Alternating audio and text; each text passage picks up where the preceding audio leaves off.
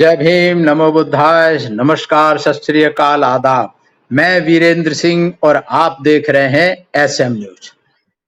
बहन कुमारी मायावती से उत्तराधिकार का सवाल लगातार लंबे समय से पूछा जाता रहा है कि आपका उत्तराधिकारी कौन है, किसको आपने उत्तराधिकारी बनाया है। तमाम लोग कहते हैं कि मायावती दूसरी लाइन को नहीं बनाती, मायावती का उत्तराधिकारी कौन होगा। तमाम सारी अटकलें आज से नहीं, लंबे समय से चलती आ रही हैं।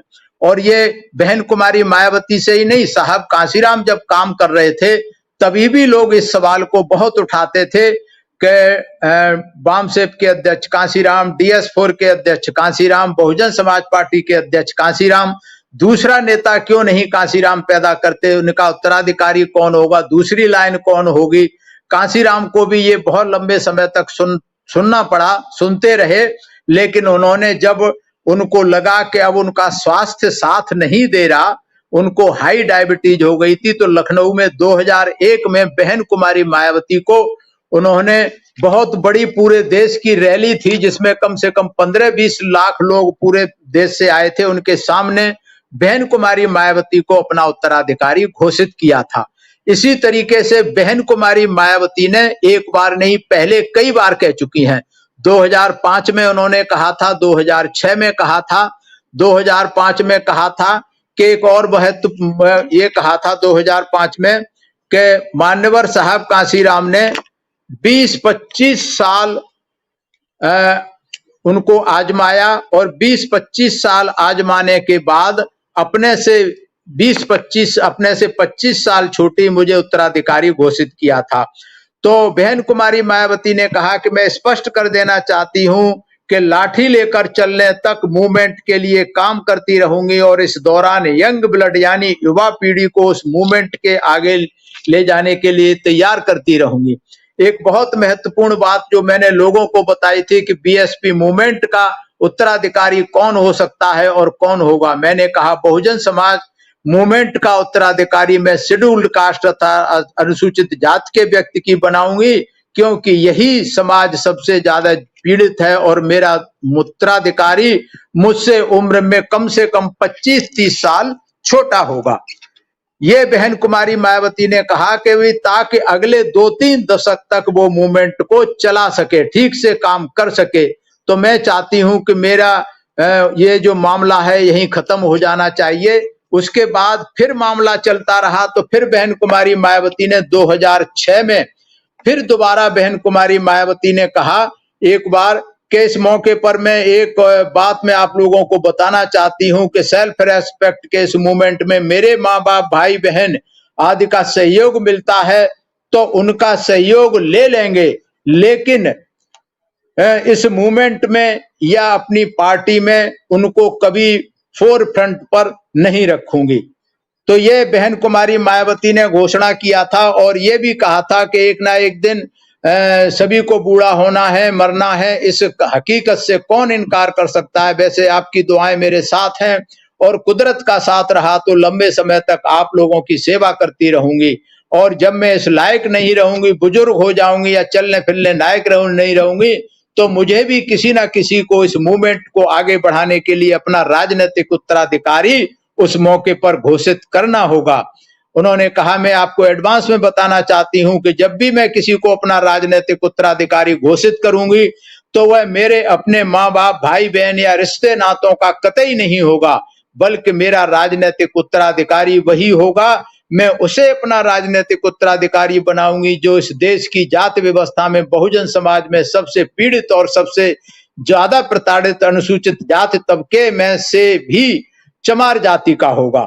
साथ ही वह मुझसे मेरी उम्र से लगभग 30-35 साल छोटा होगा, ताकि अगला व्यक्ति इस मूवमेंट को पूरी तन्मयता के साथ लंबी अवधि तक नेतृत्व प्रदान कर सके। तो ये घोषणा बहन कुमारी मायावती ने पहले ही कर दी थी, लेकिन क्या हुआ मैं आपको बताना चाहता हूं।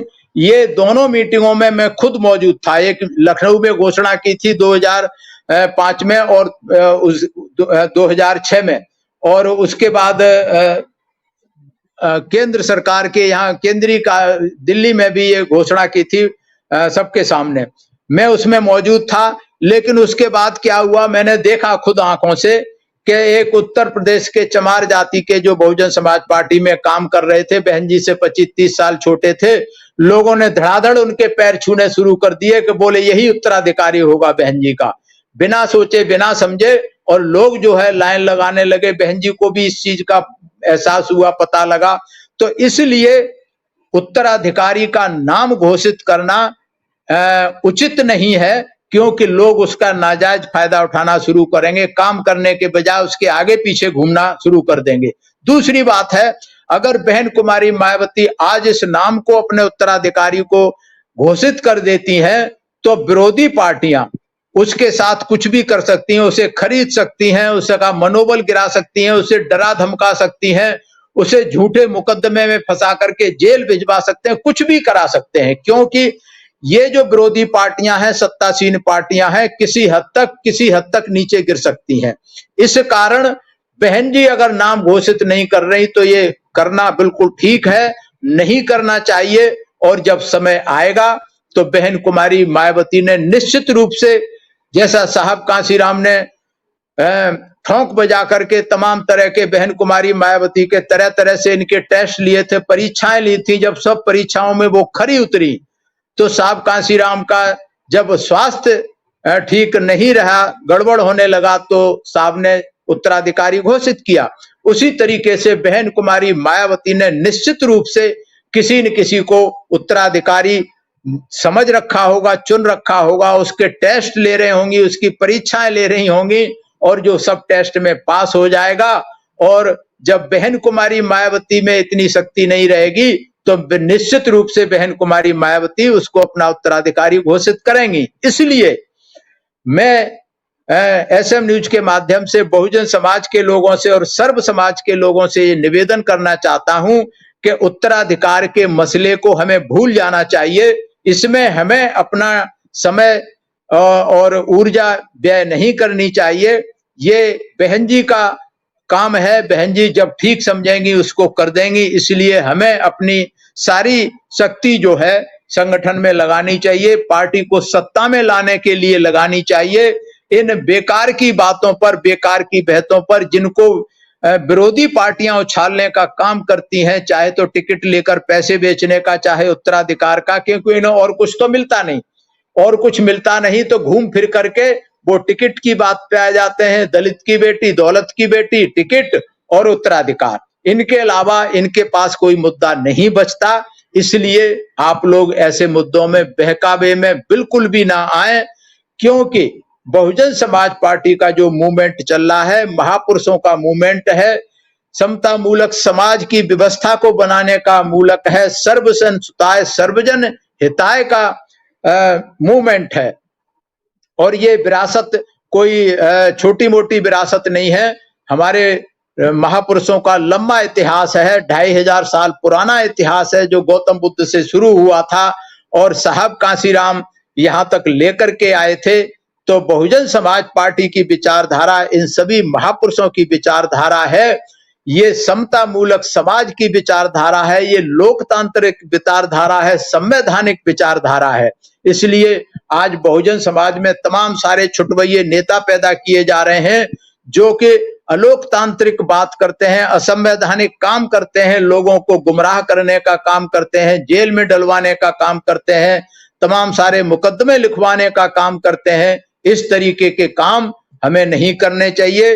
ये युवाओं को बलगलाने का काम कर रहे हैं और युवा जोश में अपने होश खो बैठता है और अपना भविष्य खराब कर रहा है। ऐसा मैं नहीं कह रहा, ऐसा अगर आप देखेंगे तो 2 अप्रैल 2018 को जो किया गया था, ये सुनियोजित प्रोग्राम था विरोधी पार्टियों का, और उसमें लाखों कार्यकर्ताओं को, नौजवानों को जेल के अंदर ठूंस दिया गया था। आज भी लाखों पर मुकदमे दर्ज हैं। तो ऐसे बहकावे में ना आकर के बहुजन जो युवा भटक रहे हैं, उनको हमेशा संवैधानिक तरीके से काम करना चाहिए, लोकतांत्रिक मूल्यों के हिसाब से काम करना चाहिए। क्योंकि अगर हम अपने महापुरुषों के संघर्षों को पढ़ेंगे तो हमें पता लगेगा कि हमारे सारे महापुरुषों ने गौतम बुद्ध से लेकर के संत कबीर, रविदास, चोखा मेला और ज्योतिबा फुले, साहू जी महाराज, बाबा साहेब डॉक्टर अंबेडकर साहब, कांसीराम, इन सबने संवैधानिक तरीके अपना करके, संवैधानिक तरीके से काम करके सत्ता और शासन में पहुंचे, मूवमेंट का काम किया। तो आज जो लोग भटकने का काम कर रहे हैं, इन्हें इन संतों, गुरुओं, महापुरुषों के मूवमेंट से कोई लेना देना नहीं है। ये इन दूसरी पार्टियों के हाथों में खेलकर उनकी कठपुतली बने हुए हैं, उनके चमचे, दलाल, औजार और पिट्ठू बने हुए हैं और बहुजन समाज के युवाओं को गुमराह कर रहे हैं। ऐसे लोगों से बहुजन समाज को, सर्व समाज को, बहुजन समाज के युवाओं को खासकर, और युवाओं के जो माँ बाप हैं उनको सतर्क रहना चाहिए, सावधान रहना चाहिए कि ये बच्चे कहाँ जा रहे हैं, किस मूवमेंट में जा रहे हैं, इनका भविष्य खराब कर रहे हैं। तो ऐसे लोगों को समय रहते हुए पहचानने की जरूरत है कि जो बीएसपी को, मूवमेंट को रोकने के लिए इस तरीके की संवैधानिक काम कर रहे हैं, लोकतांत्रिक काम करने का काम कर रहे हैं, ऐसे लोगों को समझने की, रोकने की, बताने की जरूरत है। तो उत्तराधिकार का जो सवाल है, बहन कुमारी मायावती अपनी जगह बिल्कुल ठीक है। ये विरोधी पार्टी जो दुष्प्रचार कर रहे हैं उसमें बहुजन समाज के लोग अब फंसने वाले नहीं हैं, उनकी चालों में आने वाले नहीं हैं, बहकने वाले नहीं हैं। ये जितना मर्जी ताकत लगा लें, ये इनकी हताशा और निराशा को ही दर्शाता है। इसलिए ये पुराने पुराने हथकंडे शुरू से चले आ रहे हैं, कोई नया मुद्दा इनके पास है नहीं। इन्होंने भ्रष्टाचार के सारे मुद्दे लगाए लेकिन कोई सफल नहीं हुए, आज तक कहीं भी एक भी मुद्दा साबित नहीं हो पाया। तो क्या मुद्दे लाए, तो घूम फिर के वो 3-4 मुद्दे हैं कि दौलत की बेटी है, टिकट बेचती है, उत्तराधिकारी, इनके अलावा कोई मुद्दे नहीं है। बहुजन समाज के लोग भी इस बात को समझ रहे हैं कि इनकी बौखलाहट है, और जब वो कहते हैं वो जब गीदड़ की मौत आती है तो शहर की तरफ भागता है, ये पुरानी कहावत है, तो इनका भी वही हाल है। इन्हें अपनी सत्ता जाती नजर आ रही है, तो इसीलिए ये बौखलाए हुए हैं, हताश हैं, निराश हैं, और आक्रोश इनका जो निकल रहा है, चाहे बुकलेट के माध्यम से निकले, चाहे अत्याचार के माध्यम से निकले, चाहे अंबेडकर की मूर्ति तोड़े, चाहे ये रविदास मंदिर तोड़े, ये सब इनकी हताशाएं नजर आ रही हैं। बहुजन समाज को इससे सावधान रहने की जरूरत है। आप खुद बहुत ही समझदार हैं, आज सोशल मीडिया पर ये पब्लिक है, सब जानती है। आज बस इतना ही। मैं 2 लाइनें कह करके अपनी बात को खत्म करूंगा कि वक्त को जिसने नहीं समझा उसे मिटना पड़ा है, वक्त को जिसने नहीं समझा उसे मिटना पड़ा है, बच गया तलवार से तो फूल से कटना पड़ा है। क्यों न कितनी ही कठिन हो, क्यों न कितनी ही बड़ी हो, हर नदी की राह से चट्टान को हटना पड़ा है जगह इंसान तो मौसम बदल कर ही रहेगा, जल गया है दीप तो अंधियारा छुटा कर ही रहेगा। इसलिए जो बहुजन समाज जागृत हो गया है, 2022 में निश्चित रूप से कुछ करके दिखाएगा, कुछ नया होने वाला है। सभी को मेरा धन्यवाद, मेरी बात को सुना। अगर आपको ये वीडियो पसंद आई तो ज्यादा से ज्यादा शेयर करें, लाइक करें और कमेंट्स के द्वारा अपनी प्रतिक्रिया अवश्य दें। सभी का आभार, एसएम न्यूज का आभार, सभी दर्शकों का आभार, सभी को मेरा प्रणाम।